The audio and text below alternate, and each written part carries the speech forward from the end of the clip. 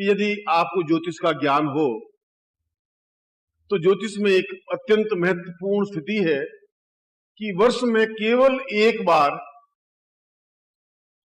क्योंकि सूर्य, चंद्र, मंगल, बुध, बृहस्पति, शुक्र, शनि, राहु, केतु, ये सभी ग्रह और मनुष्य जीवन का और मनुष्य का सारा जीवन इन ग्रहों से संचालित है।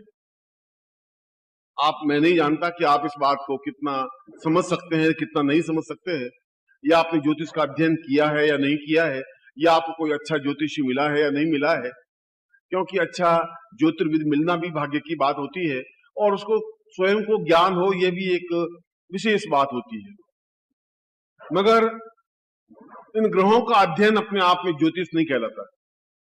ज्योतिष इस बात को भी नहीं कहता कि 12 राशियां कौन सी होती हैं, किन राशि में कौन सा ग्रह है, इसको भी ज्योतिष नहीं कहते। ज्योतिष का सूक्ष्म अध्ययन इन ग्रहों से भी सूक्ष्म में नक्षत्र पद्धति है। प्रत्येक राशि 12 राशियां हैं और 27 नक्षत्र हैं। अश्विनी, भरणी, कृत्तिका, रोहिणी, मत्स्यरा, आद्रा, पुनर्वसु। और हमारा प्रत्येक राशि उन नक्षत्रों से संचालित है। यानी अश्विनी नक्षत्र, अश्विनी राशि है तो, या मेष राशि है तो अश्विनी, भरणी, कृत्तिकायाम पाय मेष। अश्विनी, भरणी और कृत्तिका का एक चरण मेष राशि कहलाता है। यानी अश्विनी के 4 चरण, भरणी के 4 चरण और कृत्तिका का एक चरण, इन 9 चरणों को मिला करके एक राशि बनती है। इसी प्रकार 12 राशियों में प्रत्येक राशि में 9 चरण होते हैं। इसका मतलब वो राशि से सूक्ष्म नक्षत्र, नक्षत्र से भी सूक्ष्म है उसके चरण, और चरण से भी सूक्ष्म अगर जाएं तो नाड़ी विज्ञान कहलाता है। ज्योतिष का एक मूल पद्धति है नाड़ी विज्ञान। नाड़ी के माध्यम से अंत नाड़ी, मध्य नाड़ी और सूक्ष्म नाड़ी, और एक चरण के वापस उन्होंने 24 हिस्से किए हैं। या यूं कहा जाए कि 1 घंटा, 1 घंटे के 60 हिस्से कर दिए तो 1 मिनट, 1 मिनट के 60 हिस्से कर दिए तो सेकंड, सेकंड के 60 हिस्से कर दिए तो पल, पल के 60 हिस्से कर दिए तो विपल, और विपल के 60 हिस्से कर दिए तो क्षण। यानी एक सेकंड का 10,000वां हिस्सा क्षण कहलाता है। उन क्षणों पर किस समय कौन सा ग्रह संचालित होता है, इसको नाड़ी साधना कही जाती है, या नाड़ी के माध्यम से उन ग्रहों का अध्ययन किया जाता है। तो विश्वामित्र ने अपने श्लोक में कहा है कि केवल वर्ष में एक बार एक नाड़ी पर पूरे ग्रह आ जाते हैं। यानी ग्रह संचालित होते होते एक स्टेज ऐसी आती है, जैसे जिस दिन ग्रहण होता है तो ग्रहण में सूर्य और चंद्र दोनों एक ही नाड़ी पर आ जाते हैं, और जब एक नाड़ी पर आते हैं तो चंद्रमा को सूर्य की रोशनी नहीं मिल पाती, तो एक ग्रहण सा योग बन जाता है। उसी प्रकार सभी नक्षत्र जब एक राशि पर आ जाए, एक नाड़ी पे आ जाए, उस समय अगर लक्ष्मी की साधना की जाए, या उस समय जो भी अपने मन की इच्छाओं की पूर्ति के लिए प्रयोग किया जाए, तो निश्चय ही कार्य सिद्धि होती ही है। क्योंकि समय अपने आप में अत्यंत महत्वपूर्ण है। कालो यजम वृदाम निर्वाच लक्ष्मी। लक्ष्मी को प्राप्त करने के लिए काल की साधना अत्यंत आवश्यक है, और काल का मतलब है समय, क्षण, मुहूर्त। इसलिए हमारे शास्त्र में वृषभ लग्न का या सिंह लग्न की या इस दीपावली की रात्रि का महत्व दिया गया है। दीपावली की रात्रि को जगदम्बा की साधना होती ही नहीं, नवरात्रि में लक्ष्मी की साधना होती ही नहीं। अगर फाल्गुन मास में शिवरात्रि होती तो शिव की पूजा होती, विष्णु की पूजा नहीं होती।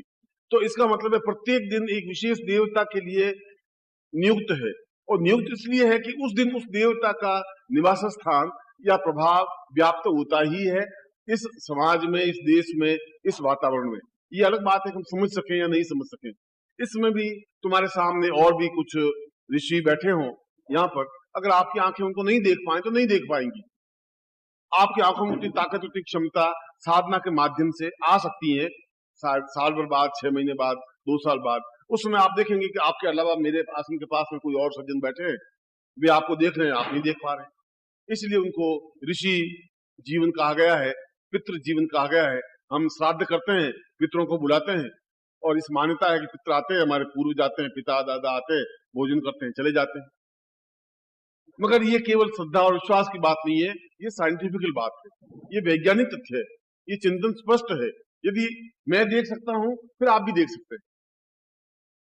यदि इसका मतलब अगर आप में से किसी को राइफल चलानी आती है, पिस्तौल चलानी आती है और निशाना बिल्कुल सही लगा देते हैं, मैं लगाऊंगा तो नहीं निशाना लगेगा।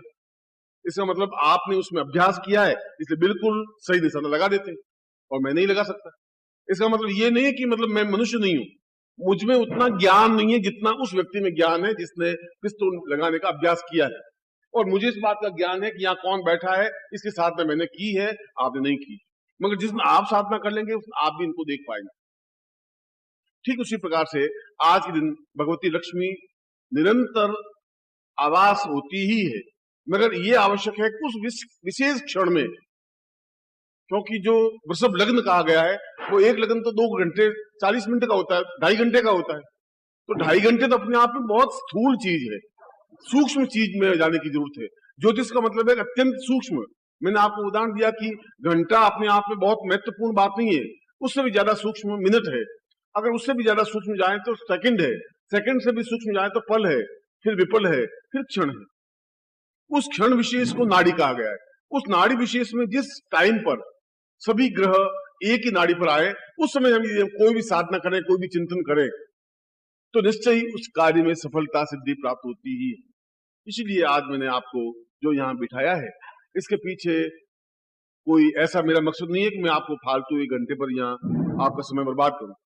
मुझे मालूम आप घर छोड़ करके जो जोधपुर में रहते हैं वो भी आए हैं, और मैंने घंटे भर तक आपके भजन कीर्तन करवाया, उसके बाद में मंत्र जाप करवाया। तो उसके पीछे मेरा मतलब था कि वह एक विशेष क्षण आ जाए, जिस क्षण विशेष में मैं आपको मंत्र प्रयोग करवा दूं या उस क्षण विशेष में लक्ष्मी का आह्वान कर दूं, जिससे कि आपके जीवन की जो आवश्यकता है वे आपके जीवन की आवश्यकताएं पूर्ति हों। ये आवश्यक हो कि आपके जीवन में जिस वस्तु की कामना हो, जैसी कामना हो, जैसी इच्छा हो, वह पूर्ति हो ही, गारंटी के साथ निश्चित रूप से हो, उसको गुरु कहते हैं, उसको साधना कहते हैं।